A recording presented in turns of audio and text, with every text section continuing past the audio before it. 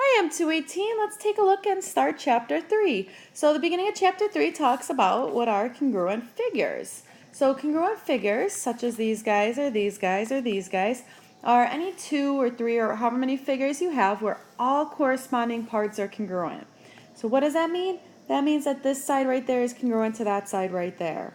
And this side is congruent to that side. And this, that piece right there, let's go 3 tick marks, is congruent to maybe this side right here.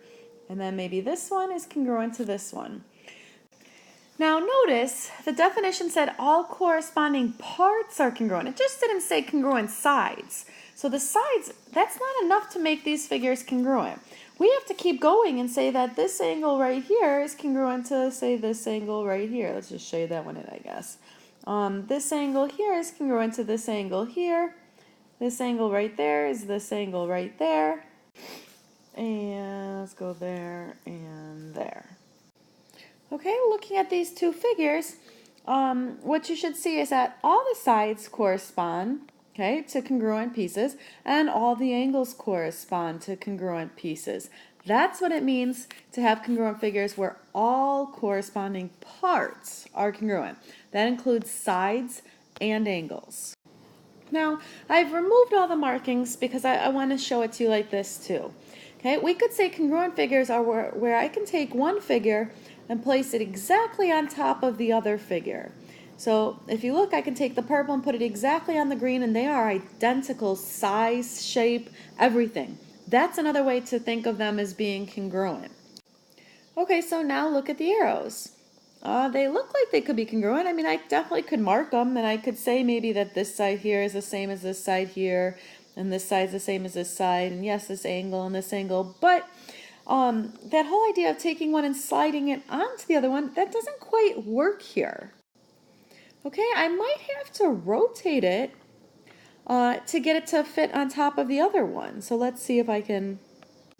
Okay, that's probably about as close as I'm going to get it, where I can now see, oh yes, okay, that was just a simple rotation, and then I can translate it over. So again, that idea, the transformations are going to come back into play.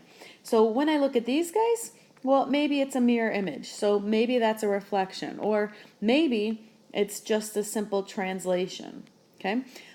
These guys, as they stand now, right here, now I can say, well, yes, this one's just a translation, or again, it could be the mirror image. Okay, if I think of my line of symmetry right there. Okay, same thing holds for the stars. So I can take one star and I can probably rotate a little bit and I can get it to match up. So all of these are congruent figures. Okay, quickly, we need to just really make sure we know how to name a pair of congruent triangles or congruent quadrilaterals or whatever it is. Specifically, our chapter is going to deal with congruent triangles. So look at the markings and how they match.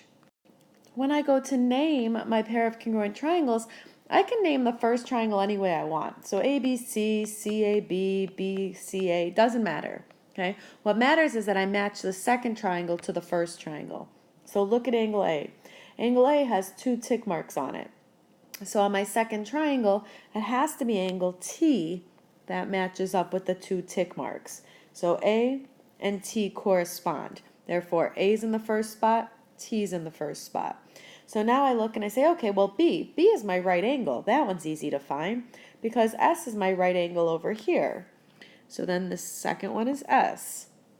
All right, so now I need to look at angle C. Well, angle C has the 1/ tick mark. So I go to here, and the only one that's left, and it does match with the 1/ tick mark, is R. Okay, so again, the order of the first triangle is irrelevant. You can name them in any order you want. But if I color code this, A should be congruent to T, B should be congruent to S, C should be congruent to R, and even more. AB, the first and the second letter, should correspond to TS, the first and the second letter, and they do. Okay, BC, the second letter, third letter, which is this side with the double tick mark, should correspond to SR, which is here with the double tick mark, and then side AC should correspond to TR. So AC is the hypotenuse, TR is also the hypotenuse. And there's how we name congruent triangles. Okay, so quickly, here are my congruent triangles, here are my congruent triangle statements, and here are my 6 pairs of corresponding parts. So again, 3 pairs of angles, 3 pairs of sides. But now, look at this picture. Are these triangles congruent?